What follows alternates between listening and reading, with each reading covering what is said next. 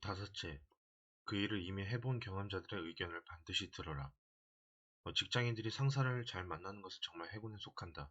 나는 경력 사원을 뽑을 때 그가 예전 직장에서 누구 밑에서 일을 배웠는지, 그 상사는 어떤 사람이었는지를 반드시 묻는다. 무역 서류를 담당할 경력 직원이라면 그가 작성한 영문 문서들을 예전 직장에서 누가 살펴보았었는지도 확인한다. 혼자서 정권을 위임받았었더라면 그는 배운 것이 없으니 보나마나 일을 잘할 리가 없다. 상사가 있었지만 별 볼 일이 없었다면 그 역시 볼 볼 일 없다. 그러므로 당신의 상사가 당신에게 일 좀 똑바로 하라고 할 때마다 고마움을 느껴라. 그가 큰 소리로 아각거린다고 할지라도 말이다. 훌륭한 사람과 어리석은 사람과의 사이는 불과 한 발자국의 차이다. 나폴레옹의 말이다. 하지만 일 잘하는 사람과 어리석게 일하는 사람 차이는 한 발자국이 아니다. 그것은 부자가 될 사람과 가난하게 살 사람의 차이가 되기도 하기 때문이다. 첫 번째, 나는 공장 자동화 시스템에 대하여 전혀 몰랐다. 그런데 어쩌다 보니 관련 분야를 알아야 할 필요가 조금씩 나타나기 시작했다. 이럴 때 대개 사람들은 전문 집단에 맡기려고 하지만 나는 내가 먼저 이해하기 전까지는 하청을 주려고 하지 않는다. 왜냐하면 그런 시스템들은 구매하기 전에는 내가 계약서상 갑이 되지만 일단 구매 설치한 뒤에는 기술적으로 그 업체에 완전 종속되어 실제로는 의뢰 위치로 바뀐다는 것을 경험적으로 알기 때문이다. 게다가 엔지니어들은 실제 소요치보다 오버 디자인된 제안을 하는 경향이 있기 때문에 불필요한 고가 장비가 장착되기 쉽다. 나는 이 공장 자동화 시스템에 대해 어떻게 접근하여 왔을까? 먼저, 먼저 공장 자동화 관련 잡지들을 구독하기 시작했다. 이 전자신문은 이미 10년 넘게 구독하여 왔다. 잡지나 신문에 실린 광고를 보고 업체에 전화를 하여 이것저것 물어도 보았다. 이 자동화 종합 전시회도 구경하고 참가 업체들을 귀찮게 하면서 카탈로그들도 모았다.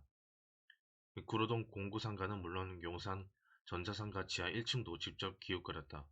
이상의 일들을 나는 지난 6개월간 간간히 하여 왔었다. 그리고 지난 6일간 집중적으로 축적된 자료들을 본격적으로 검토하는 한편 인터넷 검색에 매달리며 지식을 총정리하여 나갔다. 나는 나는 내일 아침 지방으로 출장을 갈 예정이다. 그리고 그곳에서 자신 있게 방향을 제시할 수 있다. 이 가장 저렴한 방식이 무엇이며 어떻게 일을 시작해야 하는지를 말할 수 있다는 말이다. 그때 있었던 일을 하나 풀어본다. 해썹 인증. 요건들은 상당히 많지만 그중 하나는 통행로 문마다 공기 차단용 에어 커튼을 달아야 하는 것이었다. 그 당시에는 에어 커튼을 달기만 하면 해썹 인증에는 문제가 없었다. 하지만 문을 열었을 때 에어 커튼이 작동되면 그 모터가 정상 속도로 가동되기까지 몇 초 이상 걸리므로 그 시간에는 공기 이동이 일어날 수 있고 도어 손잡이를 통한 감염 위험이 있다는 것이 아쉬웠다. 내가 원했던 것은 도어 손잡이를 없애고 전기, 데드락을 설치하며 근접 센서를 통해 사람이 감지되면 에어 커튼이 먼저 몇 초 동안 가동된 후 비로소 데드락이 풀리고 그때 어깨로 밀고 들어가는 형태였고 동시에 공기 이동을 막고자 반대쪽에 있는 문을 열리지 않도록 하고 싶었다. 하지만 외부 전문가들이 하도 어설픈 소리를 해대서 혼자 밤을 새워가며 낑낑거리면서 PLC 프로그램을 처음으로 공부하여 결국 내 방식대로 설치했다. 현장에서 필요한 PLC는 입출력 신호가 몇 개 나오는 수준인데도 업체들은 산업용 미쓰비시 PLC 같은 것을 써야 한다고 했기에 내가 오기로 덤벼든 것이고 업체 견적가의 5% 정도의 금액으로 타이니 PLC를 사용하여 해결했다. 모르면 괴롭고 알면 즐겁다. 두 번째, 나는 일간지들은 물론 경제지들을 보고 일반인들을 잘 모르는 전문지도 보아왔다. 때로는 지방지들을 보기도 했는데 이를테면 제주도에서 뭔가 돈벌이가 보이게 되면 제주도에서 발행되는 지방지들을 구독하는 식이다. 가장 신문을 많이 보았던 시절에는 30개가 넘는 신문들을 보기도 했다. 외국 신문을 보기도 하지만 상세히 보는 편은 아니고 관심 있는 부분만 보게 된다. 프로그래머들에게 욕 좀 하자. 신용카드로 인터넷에서 결제할 때 카드 번호를 입력하는 경우 어떤 카드는 16개 번호를 계속 입력하면 4개씩 자동으로 뒷칸으로 넘어가지만 어떤 카드는 4개 입력하고 나서 탭을 눌러야 넘어간다.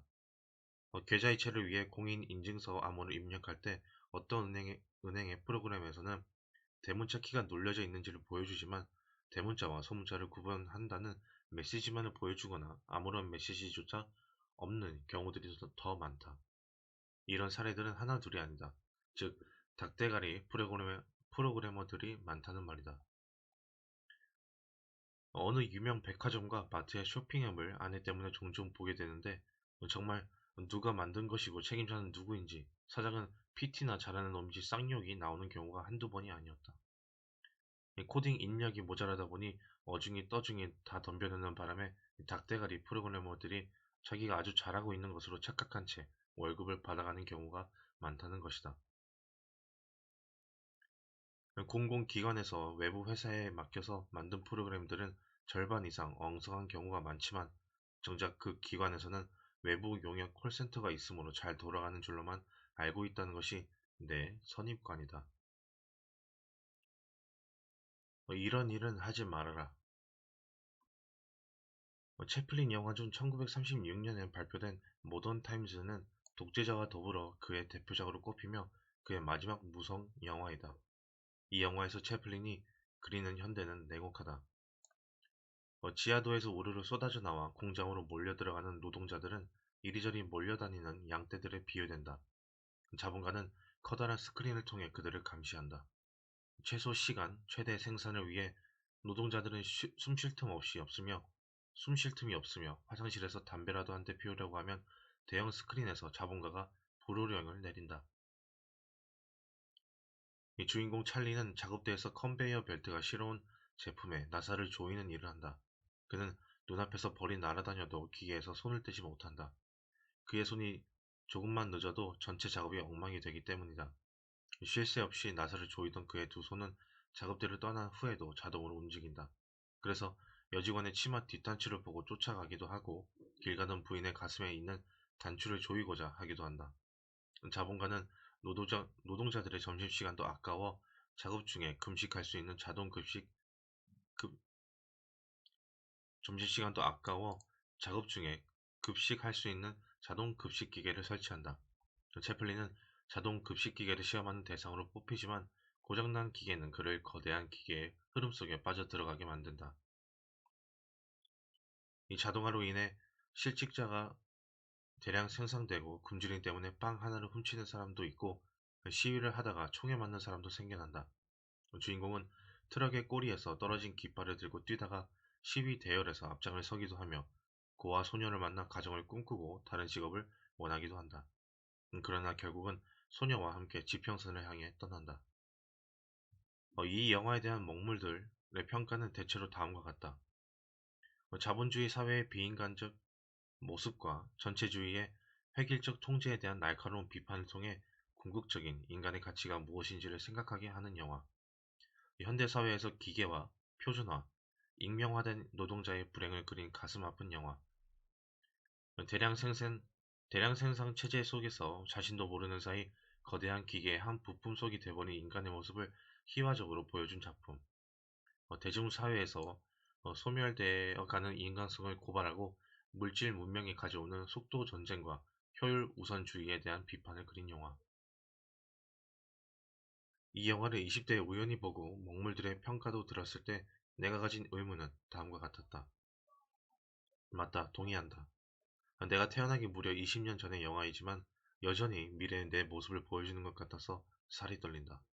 그렇지만 그래서 어떻게 살아야 한다는 거냐?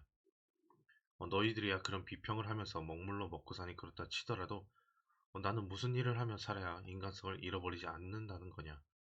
주인공이 또 다른 세상을 찾아 떠나는 모습에서 그저 언젠가는 아름다운 세상이 오려니 하는 희망을 배우라고?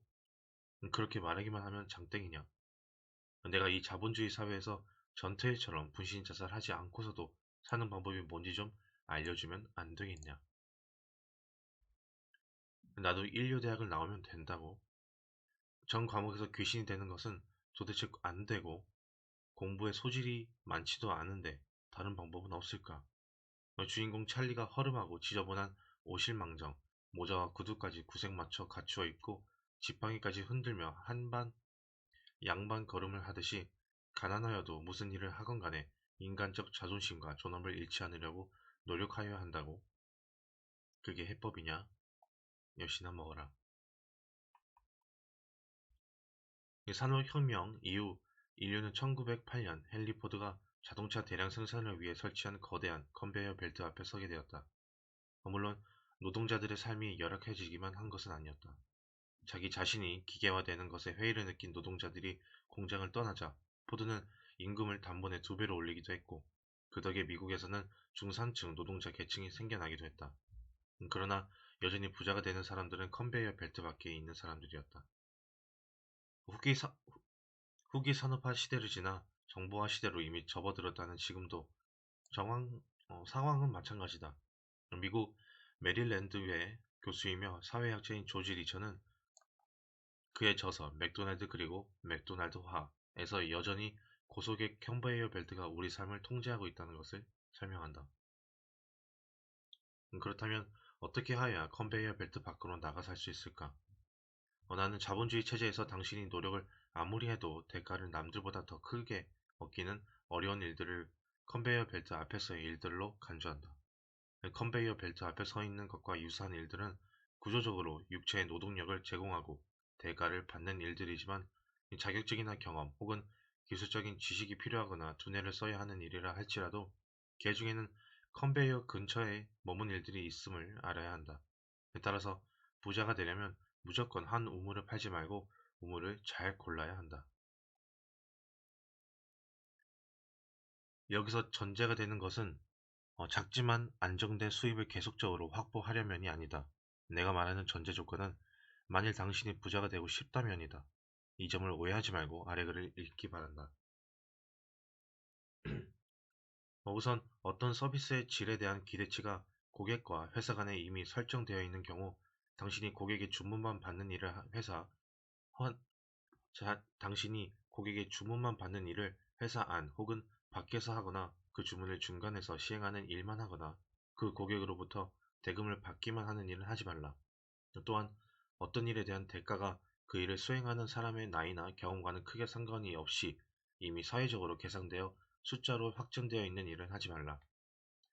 이런 분야의 일들 중에는 자격증이 필요한 경우도 많은데, 세월이 지나도 고객의 수가 점점 늘어난다는 보장이 전혀 없는 자격증들도 상당히 많음을 염두에 두어라.